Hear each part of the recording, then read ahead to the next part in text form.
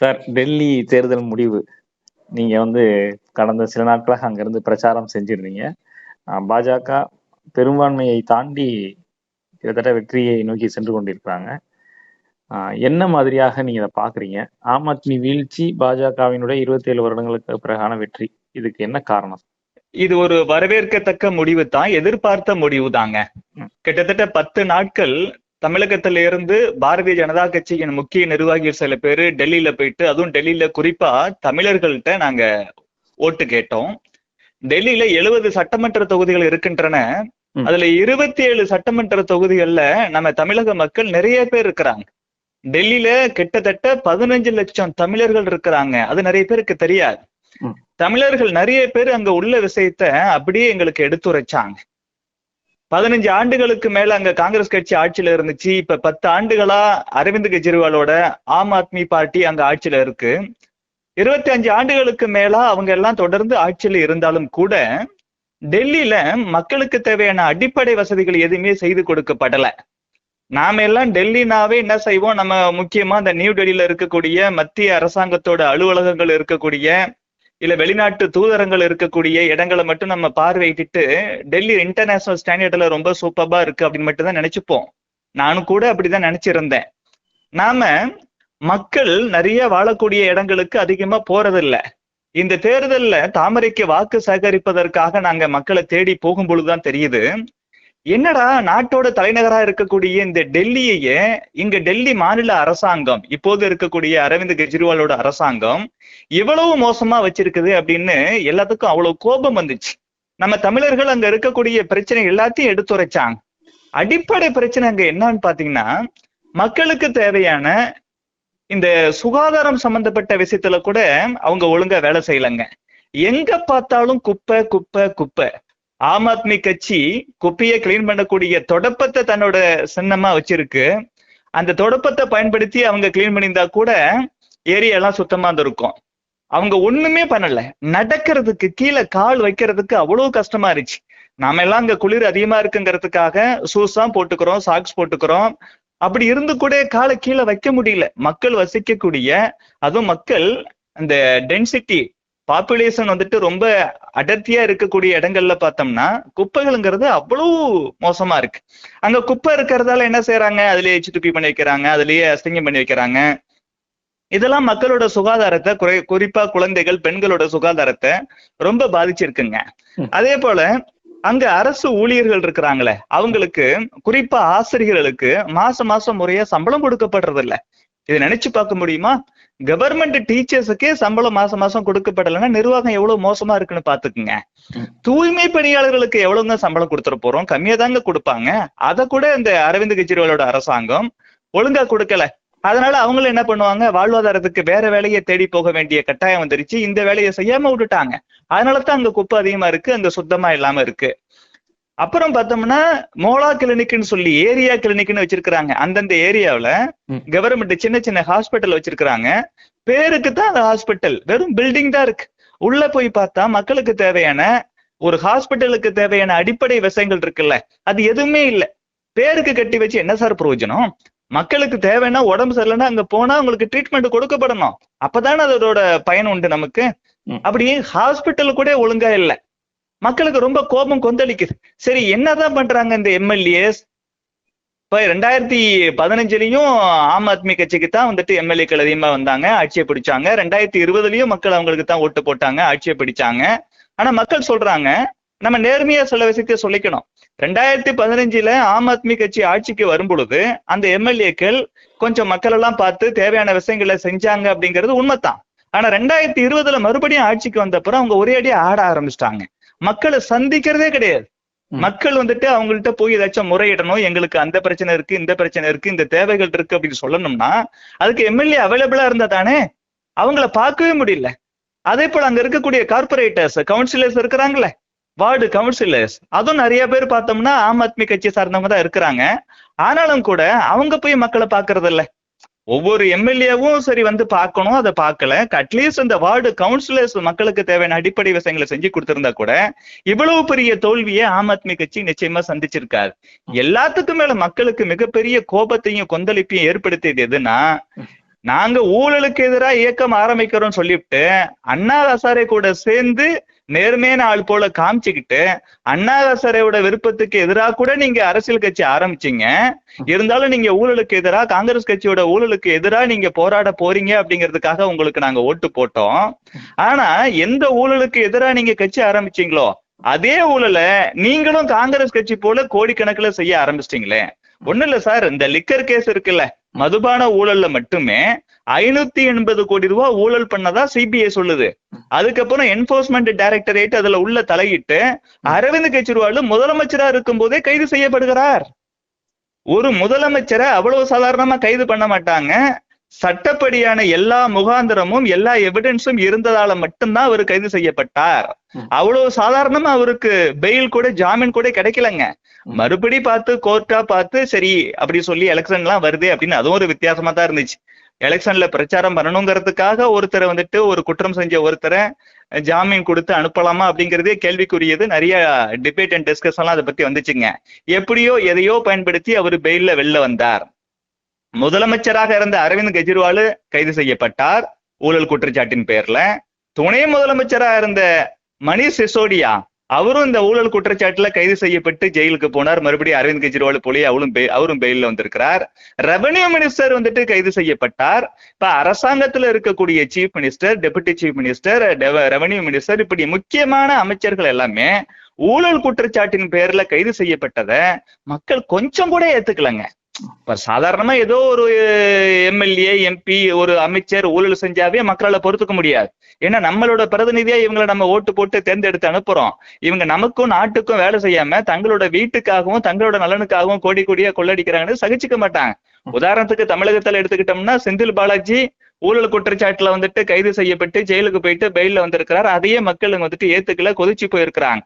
அங்க அமைச்சர்கள் ஊழல்ல ஈடுபட்டதும் இல்லாம முதலமைச்சரும் துணை அமைச்சரும் நேரடியா ஊழல்ல சம்பந்தப்பட்டதால மக்களுக்கு ரொம்ப கோபம் வந்துருச்சு. இது சரிபட்டு வராது, கண்டிப்பா எலெக்ஷன் எப்ப வரும்னு காத்துக்கிட்டு இருந்தாங்க. எல்லாமே இது எங்ககிட்ட சொன்னாங்க. அதனால எப்படி டெல்லியில வந்துட்டு ஊழலை கொஞ்சம் கூட பொறுத்துக்காம மக்கள் வந்துட்டு ஆம் ஆத்மிக்கு ஒரு மிகப்பெரிய அடி கொடுத்திருக்காங்களோ, சமட்டு அடி கொடுத்திருக்கிறாங்களோ, அவங்களோட இந்த சாம்ராஜ்யத்தை சிதைச்சு இருக்கிறாங்களோ, ஆட்சியை விட்டு அகற்றி இருக்கிறாங்களோ, அதே நிலைமை கண்டிப்பா தமிழகத்திலே வரும். ஏன்னா தமிழகத்திலையும் முதலமைச்சர் மு.க. ஸ்டாலின் அவர்கள் அங்க செந்தில் பாலாஜியா இருக்கட்டும், பொன்முடியா இருக்கட்டும், திமுக அமைச்சர்கள் நிறைய பேர் ஊழல் செஞ்சிருக்காங்கன்னு சொல்லி ஆதாரப்பூர்வமா வந்துட்டு வெளியில தகவல் வந்த அப்புறமும் கூட அவங்களெல்லாம் அமைச்சரவையில வச்சுக்கிட்டு அவங்களுக்கு முக்கியத்துவம் கொடுத்து இந்த ஆட்சி நடத்திக்கிட்டு இருக்கிறார். எதனால அப்படி பண்றார்? இவருக்கு அதுல சம்பந்தம் இல்லைன்னா அப்படி பண்ணிருக்க மாட்டார்.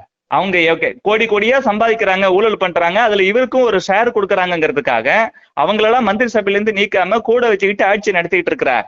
அரவிந்த் கெஜ்ரிவாலுக்கு டெல்லியில எப்படி ஒரு மிகப்பெரிய தோல்வி கிடைத்திருக்கிறதோ அதே போல இங்க தமிழகத்திலையும் மு.க. ஸ்டாலினுக்கு, திமுக ஆட்சிக்கு ஒரு மிகப்பெரிய தோல்வி கிடைக்கும் அப்படிங்கிறது இந்த டெல்லி தேர்தல் மூலமா நமக்கு உறுதியா இருக்கு. அங்க டெல்லியில இருக்கக்கூடிய தமிழர்கள் பல்வேறு விஷயங்கள் நமக்கு பட்டியலிட்டு சொல்றாங்க. சார், மத்திய அரசாங்கம் இங்க வந்துட்டு பல்வேறு திட்டங்களை கொண்டு வருது சார், ஆனா மாநில அரசாங்கம், கெஜ்ரிவால் அரசாங்கம் அதை நடைமுறைப்படுத்துறது இல்ல. எங்க மத்திய அரசாங்கத்தோட பிரதமர் மோடி அவர்களுடைய நலத்திட்டங்கள் எல்லாம் எங்களெல்லாம் ரீச் ஆயிட்டா நாங்கெல்லாம் அவருக்கு ஓட்டு போட்டுருவோம் அப்படிங்கிறதுக்காக இவங்க இந்த மத்திய அரசாங்கத்தோட திட்டம் எதையுமே வந்துட்டு நடைமுறைப்படுத்துறது இல்ல சார். நாங்க இது வரைக்கும் கொஞ்சம் விவரம் தெரியாம காங்கிரஸ் கட்சிக்கும் ஆம் ஆத்மி கட்சிக்கும் ஓட்டு போட்டுட்டோம். இந்த முறை அப்படி இருக்க மாட்டோம். மத்தியில மோடி ஆட்சி இருக்கிறது போல மோடி அவர்களுடைய ஆசி பெற்ற ஒரு ஆட்சி டெல்லி மாநில அரசாங்கத்திலும் இருந்தா தான் எங்களுக்கு நல்லதுன்னு தொடர்ந்து பிஜேபி தலைவர்கள் நரேந்திர மோடி உள்பட எல்லா தலைவர்களும் சொல்லிட்டு வராங்க. நாங்க கொஞ்சம் அஜாக்கிரதையா இருந்துட்டோம், மக்கள் கொஞ்சம் எல்லாருமே அஜாக்கிரதையா இருந்துட்டோம். இப்ப எங்களுக்கு அதோட உண்மை புரியுது, யதார்த்தம் புரியுது. இந்த முறை கண்டிப்பா இந்த ஊழல் குற்றச்சாட்டுல ஆளாக்கப்பட்டு ஜெயிலுக்கெல்லாம் போயிட்டு வந்திருக்கக்கூடிய அரவிந்த் கெஜ்ரிவாலோட ஆம் ஆத்மி கட்சி வேட்பாளர்களை நாங்க கண்டிப்பா தோற்கடிப்போம். பிரதமர் நரேந்திர மோடி அவர்களுடைய ஆசி பெற்ற பாரதிய ஜனதா கட்சி வேட்பாளர்கள் அத்தனை பேரும் நாங்க ஜெயிக்க வைப்போம்னு அப்பவே சொல்லியிருந்தாங்க. தமிழகத்திலயும் இதை மக்கள் நல்லா புரிஞ்சுப்பாங்க. மத்தியில எந்த கட்சி ஆட்சியில இருக்குதோ மாநிலத்திலயும் அந்த கட்சி ஆட்சியில இருந்துச்சு அப்படின்னா மக்களுக்கு நல்லது. அந்த கட்சிக்கு என்ன நல்லது வேண்டி கிடக்கு, அது ஒரு பெரிய விஷயம் இல்ல, மக்களுக்கு நல்லது. இதை டெல்லி மக்கள் உணர்ந்து விட்டார்கள், தமிழக மக்களும் நிச்சயமாக உணர்த்தான் போகிறார்கள். இந்த நேரத்துல நான் இன்னொரு விஷயத்த குறிப்பிட்டு சொல்ல விரும்புறேன். இந்த சீமான் போன்ற பிரிவினைவாதிகள், திமுக போன்ற பிரிவினைவாத கட்சிகள் எல்லாமே அங்க வட இந்தியாவிலிருந்து இங்க வந்துட்டு வேலை பார்க்கக்கூடிய, தமிழகத்துல வேலை பார்க்கக்கூடிய நம்ம இந்திய நாட்டு மக்கள் சில பேரை அவங்கள ஹிந்தி பேசுறாங்க, வெறும் பானிபூரி தான் விற்கிறாங்க, அவங்களால இன்னும் பெரிய அச்சீவ்மெண்ட் எல்லாம் பண்ண முடியல, நல்ல நல்ல வேலைக்கு போக முடியல, இப்படிலாம் நக்கலா சொல்றான். நாம என்னைக்கும் என்ன சொல்றோம், எல்லா மொழி பேசக்கூடிய மக்கள்லயும் கொஞ்சம் பேர் படிச்சிருப்பாங்க, கொஞ்சம் பேர் பணக்காரங்களா இருப்பாங்க, கொஞ்சம் பேர் படிக்காம இருப்பாங்க, கொஞ்சம் பேர் ஏழையா இருப்பாங்க. மொழிக்கும் வறுமைக்கும் முக்கியம் சம்பந்தம் இல்லைன்னு சொல்றோம். அதைத்தான் டெல்லியில நான் நேரடியா கண்டேன். கிட்டத்தட்ட 15 லட்சம் தமிழர்கள் 50-60 வருஷமா டெல்லியில இருக்கிறாங்க. ஏன் அவங்க எல்லாம் இங்க தமிழகத்துல இருந்து அங்க போக வேண்டிய கட்டாயம் வந்துச்சு? அதுலயும் குறிப்பா பார்த்தோம்னா நான் போன ஏரியாவெல்லாம் சேலம், நாமக்கல், ஈரோடு இந்த பகுதிகளில் இருந்து தான் நிறைய மக்கள் நம்ம மக்கள் அங்க இருக்கிறாங்க. அங்கெல்லாம் போக வேண்டிய காரணம் என்னன்னா, இங்க தமிழகத்துல இந்த திராவிட கட்சிகளோட ஆட்சியில அவங்களுக்கு தேவையான வாழ்வாதாரம் எதுவுமே இல்லை. அதனாலதான் பிழைக்கிறதுக்காக இங்க இருந்து தலைநகர் டெல்லிக்கு போயிருக்கிறாங்க. அங்க போயிட்டு தினந்தோறும் அவங்க தினக்கூலிகளா வேலை பார்க்கறாங்க சார். ரொம்ப மனசு கஷ்டமா இருக்கு. சின்ன சின்ன குடிசை போன்ற வீடுகள்ல வாழ்ந்துகிட்டு இருக்கிறாங்க. குழந்தைகள், பெண்கள் அவங்க எல்லாம் படக்கூடிய கஷ்டத்தை பார்க்கும்போது நமக்கு ரொம்ப ரொம்ப கஷ்டமா இருக்கு. நம்ம தமிழர்கள் இங்க தமிழ்நாட்டுல ஒரு நல்ல ஆட்சி இருந்துச்சுன்னா, பெருந்தலைவர் காமராஜர் அவர்கள் தேசிய சிந்தனை கொண்ட தேசிய தலைவர், அவர் போன்ற தேசிய சிந்தனை கொண்ட ஒரு தேசிய கட்சி தமிழகத்துல தொடர்ந்து ஆட்சியில இருந்துச்சு அப்படின்னா, இன்னைக்கு இங்கே இருந்து 15 லட்சம் தமிழர்கள் டெல்லிக்குள்ள போய் அங்க போய் தினந்தோறும் தினக்கூலிகளா கஷ்டப்பட வேண்டிய அவசியம் இருக்காது. அங்க போனப்போ நான் புரிஞ்சுக்கிட்டது என்னன்னா, மொழிக்கும் வறுமைக்கும் கண்டிப்பா சம்பந்தம் இல்லைன்னு ஏற்கனவே எனக்கு ஒரு சிந்தனை உண்டு. அது வந்துட்டு அங்கேயும் வெளிப்பட்டுச்சு. அதை நான் உறுதியா எண்ணிக்கொள்ள ஒரு வாய்ப்பு கிடைச்சது. பெருந்தலைவர் காமராஜர் அவர்கள் எப்படி தமிழகத்துல ஒரு நல்லாட்சி நடத்தினாரோ அதே மாதிரி தேசிய சிந்தனை கொண்ட, தேசிய ஒற்றுமையில நம்பிக்கை கொண்ட தேசிய கட்சியான பாரதிய ஜனதா கட்சியோட ஆட்சி தமிழகத்துல வரும் பொழுது தமிழர்கள் தமிழ்நாட்டை விட்டு மற்ற மாநிலத்துல போய் கஷ்டப்பட வேண்டிய அவசியம் இருக்காது அப்படிங்கிற உண்மையை இந்த இடத்துல நான் எடுத்து சொல்ல கடமைப்பட்டு இருக்கிறேன். இதுல வந்து சார், அரவிந்த் கெஜ்ரிவாலா இருக்கட்டும், மிக குறைந்த வாக்குகள் 200 வாக்குகள் வித்தியாசம் தான் முன்னணியில இருக்கார். மணீஷ் சிசோடியா அந்த கட்சியினுடைய இன்னொரு முகம் தோல்வி முகத்துல இருக்கார். தற்போதைய முதலமைச்சர் அதீசி அவங்களும் வந்து கிட்டத்தட்ட தோல்வி முகத்துல தான் இருக்கிறாங்க. இந்த எலெக்ஷன் வந்து அரவிந்த் கெஜ்ரிவாலை முன்னிலைப்படுத்தி ஆம் ஆத்மி செஞ்சாங்க, பிரதமர் மோடியை முன்னிலைப்படுத்தி பாஜக செஞ்சாங்க. இவங்க எல்லாருமே இந்த மாதிரியான ஒரு தோல்வியை சந்திக்கிறதுக்கான காரணம் என்ன சார்? அதுதான் நீங்க இந்த இப்ப 200 வாக்கு 100 வாக்கு முன்னிலையில இருக்கிறதா சொன்னீங்க. நான் அந்த பேட்டி ஆரம்பிக்கிறதுக்கு முன்னாடி பார்க்கும் பொழுது அவங்க பின்னடைவுல இருந்தாங்க. முன்னாள் முதலமைச்சரான அரவிந்த் கெஜ்ரிவாலா இருக்கட்டும், முன்னாள் துணை முதலமைச்சரான மணீஷ் சிசோடியா இருக்கட்டும், தற்போதைய முதலமைச்சரான அதிசியா இருக்கட்டும், இவங்க 3 பேருமே தொடர்ந்து பின்னடைவுல இருக்கிறதா வந்துச்சு. இது கொஞ்சம் ஏறி இறங்கிட்டு இருக்கு. அநேகமா அவங்களும் இந்த 100-200 வாக்குகள் வித்தியாசத்துல முன்னிலையில இருக்கக்கூடிய அவங்களும் பெரும் பின்னடைவை சந்திச்சு தோத்து போவாங்க அப்படின்னு நான் நம்புறேன். ஏன்னா அங்க மக்களுக்கு அவ்வளவு கோபம் அவங்க மேல. நீங்க ஊழலுக்கு எதிராக தானே சார் கட்சி ஆரம்பிச்சீங்க? காந்தியவாதி மாதிரி நீங்க வேஷம் போட்டுட்டீங்களா சார்? இன்னைக்கு நீங்களும் காங்கிரஸ் கட்சி போலவே கோடிக்கணக்குல மக்கள் பணத்தை நீங்க ஊழல் பண்ணிருக்கீங்க. அரவிந்த் கெஜ்ரிவால் 2015 தேர்தல்ல நிக்கும் பொழுது அவரோட அப்ளிகேஷன்ல என்ன சார் எழுதி கொடுத்தாரு? என்னோட அசையும் சொத்து, அசையா சொத்து எல்லாமே சேர்த்து 1 கோடி ரூபாய் தான் மதிப்புன்னு சொன்னாரு. ஆனா இப்ப பாருங்க, அரவிந்த் கெஜ்ரிவால் அவரோட வீட்டை மட்டுமே மறுசீரமைப்பு பண்றதுக்கு மட்டுமே 35 கோடி ரூபாய் செலவு பண்ணிருக்கிறாரு. எங்கேருந்து சார் வந்துச்சு இந்த காசு? லிக்கர் கேஸ்ல மட்டுமே நீங்க வந்துட்டு 580 கோடி ரூபாய் நீங்க ஊழல் பண்ணிருக்கிறதா சிபிஐ சொல்லுது, இடி உங்களை அரெஸ்ட் பண்ணுது. அப்ப இன்னும் தெரியாம வேற ஊழல், மக்களுக்கு தெரியாம இன்னும் வேற ஊழல் நீங்க எவ்வளவு பண்ணிருப்பீங்க? அப்ப இந்த முதலமைச்சர் முதற்கொண்டு, துணை முதலமைச்சர் முதற்கொண்டு, இப்ப இருக்கக்கூடிய முதலமைச்சர், கட்சி தலைவர், மற்ற கட்சி நிர்வாகிகள், இப்படி எல்லோருமே ஊழல் செய்யறது மட்டுமே நீங்க கவனம் செலுத்தினதால மக்களுக்கு தேவையான அடிப்படை வசதிகள் எதுவுமே செய்து கொடுக்கப்படலையே சார். தலைநகர் டெல்லியே இவ்வளவு குப்பையா நீங்க வச்சிருக்கீங்கன்னா, வெளிநாட்டுல இருந்து வரக்கூடிய மக்கள், அங்கிருந்து வரக்கூடிய முக்கியமான ஆளுமைகள் இல்ல பத்திரிகையாளர்கள் நம்ம நாட்டை பத்தி என்ன சார் வெளிநாட்டுல போய் சொல்லுவான்? ஏற்கனவே பிரதமர் நரேந்திர மோடி தலைமையான பாரதிய ஜனதா கட்சி ஆட்சி பல்வேறு சாதனைகளை செஞ்சுக்கிட்டு இருந்தாலும், நம்ம நாட்டுல பல்வேறு மாற்றங்களை கொண்டு வந்துகிட்டு இருந்தாலும், நம்ம நாட்டோட விரோதிகள், அந்நிய சக்திகள், சில தீய சக்திகள், இந்திய விரோத சக்திகள் எல்லாம் வெளிநாட்டுல இந்தியா இன்னும் வறுமையில தான் வாழ்ந்துகிட்டு இருக்கு, இன்னும் மக்கள் கஷ்டப்பட்டுக்கிட்டு தான் இருக்காங்கன்னு நம்ம வளர்ச்சிக்கு எதிரா பொய்யான பிரச்சாரத்தை பண்ணிட்டு உட்காந்துருக்கிறான். நீங்க அப்படி இருக்கும் பொழுது என்ன சார் செஞ்சிருக்கணும்? டெல்லியை ரொம்ப கிளீனா வச்சிருக்கணும், மக்களுக்கு தேவையான அடிப்படை வசதிகள் அத்தனையும் செய்து கொடுக்கப்பட்டிருக்கணும். ஏன் சார் அங்க 15 லட்சம் தமிழர்கள் இன்னும் கூட குடிசை பகுதியிலே வாழ்ந்துட்டு இருக்கிறாங்க? அவங்களுக்கு தேவையான அடிப்படை வசதி செஞ்சு கொடுத்துருக்கீங்களா? ரோடு எல்லாம் வந்துட்டு சந்தெல்லாம் எவ்வளவு சின்னதா இருக்கு, சாக்கடை அப்படியே போயிட்டே இருக்கா இல்லையா? இதே பஞ்சாப்ல இருந்து வந்து தங்கி இருக்கக்கூடிய மக்களா இருக்கட்டும், அவங்களும் அந்த மாதிரி வந்துட்டு இந்த சாக்கடையில தானே வாழ்ந்துட்டு இருக்கிறாங்க. லட்சக்கணக்கான முஸ்லிம்கள் சின்ன குடிசைல வாழ்ந்துட்டு இருக்காங்க சார். வெறும் 25 ஸ்கொயர் ஃபீட்ல வீடு வச்சுக்கிட்டு அதுலயே பெரியவங்க வாழ்றாங்க, அதுலயே கணவன் மனைவி, அதுலயே குழந்தைகள், ரெஸ்ட் ரூம் கூட கிடையாது, வெளில தான் போகணும். இப்படிப்பட்ட சூழ்நிலையை முஸ்லிம் மக்களும் அங்க சந்திக்கிறாங்களே. குஜராத்ல அப்படி உண்டா? பிரதமர் நரேந்திர மோடி அவர்கள் குஜராத்ல சிஎம் இருக்கும் பொழுது இந்து முஸ்லீம் கிறிஸ்டின் என எந்த வேறுபாடும் இல்லாம எல்லாத்தையும் வளர்த்தார். ஆனா அரவிந்த் கெஜ்ரிவால் என்ன செய்யறாரு, இந்து முஸ்லீம் கிறிஸ்டின் வேறுபாடு இல்லாம எல்லாத்துக்குமே அடிப்படை வசதிகள் செஞ்சு கொடுக்கறதே இல்லை. ஒருத்தருக்கும் அடிப்படை வசதிகள் செஞ்சு கொடுக்கறது இல்ல. இது என்ன சார் கொடுமை? இது மிகப்பெரிய அங்க கோபம். இவங்கெல்லாம் இந்த அளவுக்கு பின்னடைவை சந்திக்கிறதுக்கு மிகப்பெரிய கோபமே ஒண்ணு, சகிக்க முடியாத ஊழல். ரெண்டாவது, மக்கள் பிரதிநிதிகள் யாருமே மக்களை போய் சந்திக்கிறது இல்ல, மக்களும் அவங்களை சந்திக்கிறதுக்கு வாய்ப்பு கொடுக்கறது இல்ல. மூணாவது, அடிப்படை பிரச்சனைகள் எதையுமே தீர்க்காதது. சும்மா இந்த ஃப்ரீ பீஸ் மட்டும் 1-2 கொடுத்து ஏழை எளிய மக்களை ஏமாத்திக்கிட்டு இருக்கிறாங்க. அதனாலதான் இந்த ஓட்டு கூட மதத்தின் அடிப்படையில் அங்க இருக்கக்கூடிய நாடு முழுவதும் செய்யக்கூடிய ஒரு பொய் பிரச்சாரம் அங்கேயும் நடந்துச்சு. அங்க இருக்கக்கூடிய சார் டெல்லியில மட்டுமே 1700 அன்ஆத்தரைஸ்டு காலனிஸ் இருக்குது. அந்த காலனிஸ்ல ஏழை எளிய மக்கள் நிறைய பேர் இருக்கிறாங்க, கல்வி அறிவு அற்றவர்கள் நிறைய பேர் இருக்கிறாங்க, முஸ்லிம்கள் பஞ்சாபை சேர்ந்த மக்கள் நிறைய பேர் அங்க இருக்கிறாங்க. அங்கெல்லாம் போயிட்டு பாரதிய ஜனதா கட்சி ஒரு மதவாத கட்சின்னு சொல்லி பொய் பிரச்சாரம் பண்ணி நாடு முழுவதும் என்ன ஒரு பொய் பிரச்சாரம் பண்றாங்களோ அதே பொய் பிரச்சாரம் பண்ணி மறுபடியும் பிஜேபி இங்க ஆட்சிக்கு வந்துட்டு அவங்களுக்கு பிரச்சனை அப்படின்னு ஒரு பயம் ஊட்டி அந்த அடிப்படையில தான் அந்த மக்கள் எல்லாம் ஏமாந்து போய் கொஞ்சம் பேர் ஓட்டு போட்டு இந்த அளவாவது ஓட்டு வந்திருக்குது அரவிந்த் கெஜ்ரிவாலோட கட்சிக்கு. இல்லைன்னா இந்த ஓட்டு கூட வந்திருக்காது. எனக்கு தெரிய 70 தொகுதியிலையும் கண்டிப்பா டெபாசிட் இழந்திருக்கும். இன்னொரு விஷயம் சார், அவங்க இந்த அளவுக்காவது ஓட்டு வாங்கினதுக்கு காரணம் வாக்காளர்களுக்கு வாக்குக்கு பணம் கொடுத்தாங்க. பாரதிய ஜனதா கட்சி அதை கொடுக்கல. பாரதிய ஜனதா கட்சி ஒரு பாலிசி டெசிஷன் எடுத்திருக்கு. மக்கள்கிட்ட நம்ம இன்னைக்கு ஜெயிக்கிறோமோ இல்ல ஜெயிக்கிறது வந்துட்டு தள்ளி போகுதோ அது பிரச்சனை இல்ல, வாக்காளர்களுக்கு ஓட்டுக்கு காசு கொடுக்க கூடாது அப்படிங்கிற உன்னதமான கொள்கையே பாரதிய ஜனதா கட்சி வச்சிருக்கு. அரவிந்த் கெஜ்ரிவால் இந்த 10 வருஷமா கோடி கோடியா கொள்ளடிச்சு வச்சிருக்கிறாங்களே, அந்த பணத்துல எக்கச்சக்கமா மக்களுக்கு வந்துட்டு ஓட்டு போடுறதுக்கு காசு கொடுக்குறாங்க. ஏழை எளிய மக்கள்கிட்ட இந்த மாதிரி ஃப்ரீ பீஸ்ன்னு சொல்லி ஏமாத்துறது. அப்புறமா பார்த்தோம்னா முஸ்லிம் மக்கள்கிட்ட பாரதிய ஜனதா கட்சி பூச்சாண்டி காமிக்கிறது. அங்க பஞ்சாப்ல இருந்து வந்திருக்கக்கூடிய அந்த சிங் மக்கள்கிட்ட வேற மாதிரி அவங்கள்ட்ட பேசுறது, பிரிவினவாதம் பேசுறது. இந்த மாதிரி விஷயங்களால தான், ஓட்டுக்கு காசு கொடுக்கிற விஷயங்களால தான் இந்த அளவுக்காவது அவங்க ஓட்டு வாங்கியிருக்கிறாங்க. மற்றபடி இவங்களுடைய அந்த பின்னடைவு என்பது அவங்க செய்திருக்கக்கூடிய ஊழல், திறனற்ற நிர்வாகம், இந்த 2 விஷயங்களோட வெளிப்பாடு தான் இந்த ரிசல்ட். காங்கிரஸ் இந்த எலெக்ஷன்ல வந்து 3வது இடம் கூட சொல்ல முடியாது. ஏன்னா அவங்க ஒரு இடத்துல கூட முன்னாடி இல்ல, பின்தங்கி இருக்கிறத நம்ம பாக்குறோம் சார். 10 வருடங்களுக்கு கெஜ்ரிவாலுக்கு முன்னாடி ஆளுங்கட்சியாக இருந்த ஒரு கட்சி, இண்டி கூட்டணியில இவங்க 2 பேரும் சேர்ந்துதான் இருக்காங்க.